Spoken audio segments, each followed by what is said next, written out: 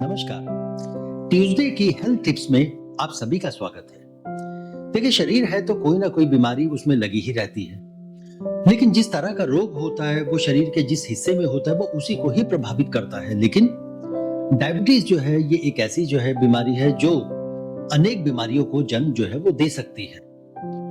आज हम आपके सामने डायबिटीज के ऊपर दूसरा वीडियो लेकर आ रहे हैं, जिसमें हम आपको ये बताएंगे कि इस एक बीमारी के जरिए कौन कौन से जो है और अन्य रोग जो हैं वो होने की संभावनाएं और किस प्रकार से जो है वो बढ़ सकती है। तो चलिए हम ज्यादा समय ना लेते हुए आज के इस वीडियो को जो है शुरू करते हैं।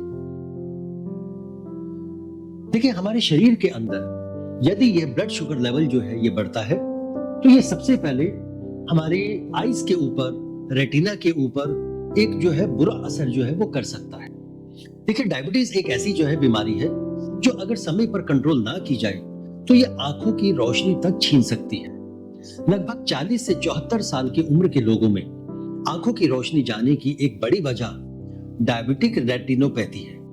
अब ये डायबिटिक रेटिनोपैथी है क्या? ये एक ऐसी प्रॉब्लम है जो आंखों के अंदर की जो परत है, यानी रेटिना की जो ब्लड वेसल्स होती है, उसको नुकसान पहुंचाती है, जिस वजह से देखने की क्षमता धीरे धीरे घटने लगती है और समय पर इलाज ना होने पर आंखों की रोशनी जा सकती है।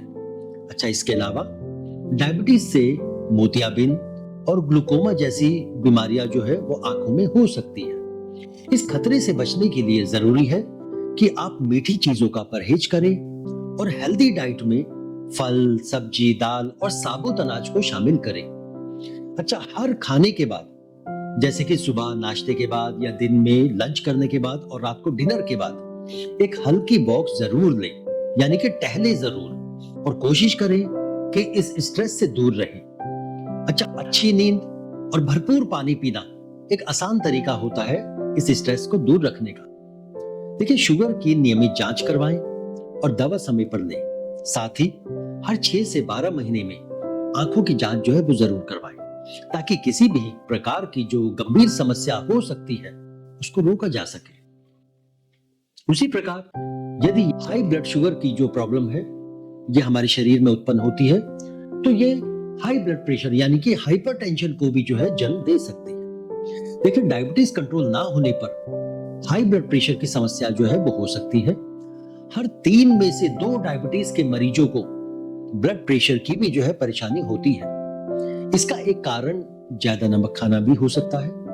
जो लोग शुगर कंट्रोल नहीं करते वो अक्सर नमक भी ज्यादा खाते हैं। अच्छा, ऐसे में आप क्या सॉल्यूशन ले सकते हैं कि सबसे पहले सादे नमक को सेंधा नमक से जो है वो रिप्लेस कर दें, और जो चीजें बिना नमक के खाई जा सकती हैं तो उसको बिना नमक के ही खाएं। क्योंकि कुछ लोग क्या करते हैं कि हर उस चीज में जहां जरूरत भी नहीं है उसमें भी नमक को ऐड करके खाते हैं। क्योंकि जिन लोगों के साथ ये प्रॉब्लम रहती है तो उन लोगों को ये नमक का टेस्ट जो है ये बहुत भाता है, इसलिए वो अलग अलग चीजों में नमक को ऐड करते हैं। और साथ ही सुबह और दिन के खाने के बाद कम से कम 2 पत्ते नीम के जरूर जो है वो खाएं। और यदि आप नीम के पत्तों को चबाकर नहीं खा सकते कि आपको बहुत कड़वे लगते हैं, तो आप उस नीम के पत्ते को पूरा का पूरा छोटी सी एक गोली बनाकर आटे की गोली के अंदर उसको जो है छुपा कर रोल कर उसको आप पानी के साथ निगल सकते हैं। यदि आप ऐसा भी करेंगे तो आपको वही फायदा मिलेगा जो नीम के पत्ते खाने से मिलता है। ये बढ़ता हुआ जो ब्लड शुगर है ये हमारे हार्ट के ऊपर भी बहुत जो है खराब इफेक्ट जो है वो डालता है। शुगर और दिल की बीमारी के बीच एक गहरा रिश्ता होता है। अगर शुगर कंट्रोल में ना हो तो हार्ट अटैक, स्ट्रोक, सीने में दर्द जैसी दिक्कतें जो है वो हो सकती है।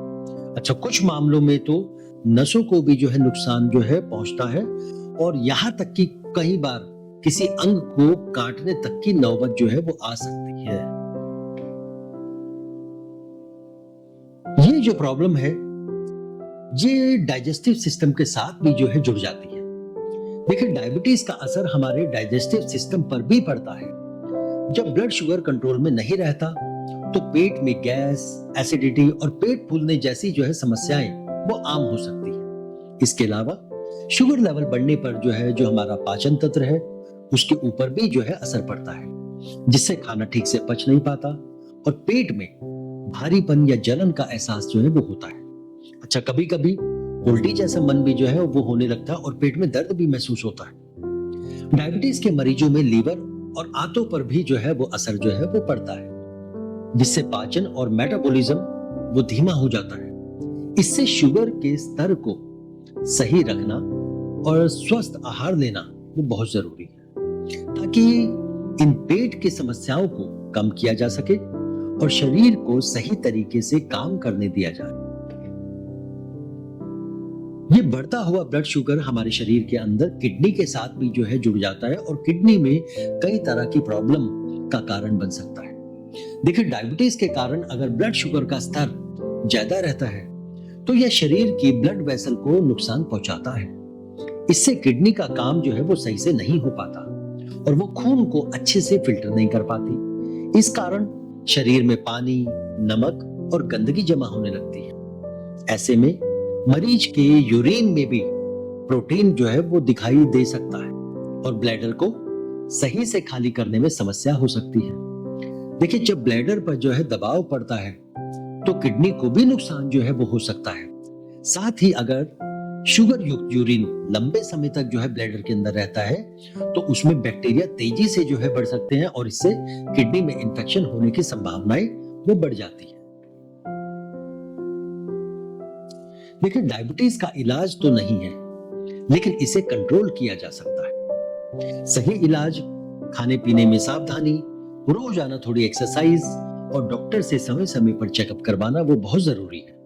इससे डायबिटीज की वजह से होने वाली जो दूसरी बीमारियां हैं उनसे बचा जा सकता है। देखिए, इसके बचाव के लिए हमारी भारतीय आयुर्वेदिक पद्धति में कुछ खास योग और कुछ खास आसन वो बताए गए हैं, जो यदि हम नियमित रूप से करते रहेंगे तो हमें इन समस्याओं में जो है बहुत अच्छा जो है लाभ वो प्राप्त होगा। इसमें जो प्रमुख जो योग जो आसन वो बताए गए हैं, जैसे कि मंडूक आसन, कपालभाति, अनुलोम विलोम, शशक आसन जिसको रैबिट पोज भी बोलते हैं, पद्मासन और एक वक्र आसन। ये 6 आसन कुछ ऐसे हैं, यदि हम इनको नियमित रूप से करते रहेंगे तो ये डायबिटीज से जो जुड़ी समस्याएं हैं ये नहीं आती।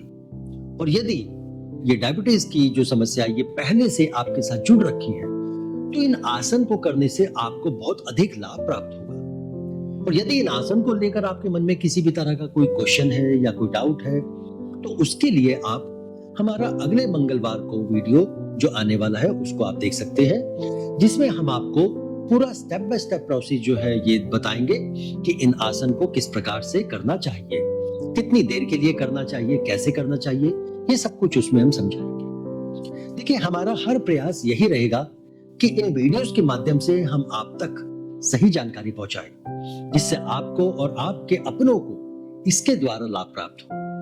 अगर आप चाहते हैं कि ऐसी ही अलग अलग रोगों के ऊपर उनसे जुड़ी जो है जानकारी, उनसे जुड़े समाधान ये आप लोगों तक जो है पहुंचते रहे अलग अलग वीडियो के माध्यम से, तो हम आपसे रिक्वेस्ट करते हैं कि आप हमारे चैनल को लाइक करें, उसको सब्सक्राइब करें और मिलते हैं फिर हम अगले मंगलवार को एक नई जानकारी के साथ। तब तक के लिए धन्यवाद।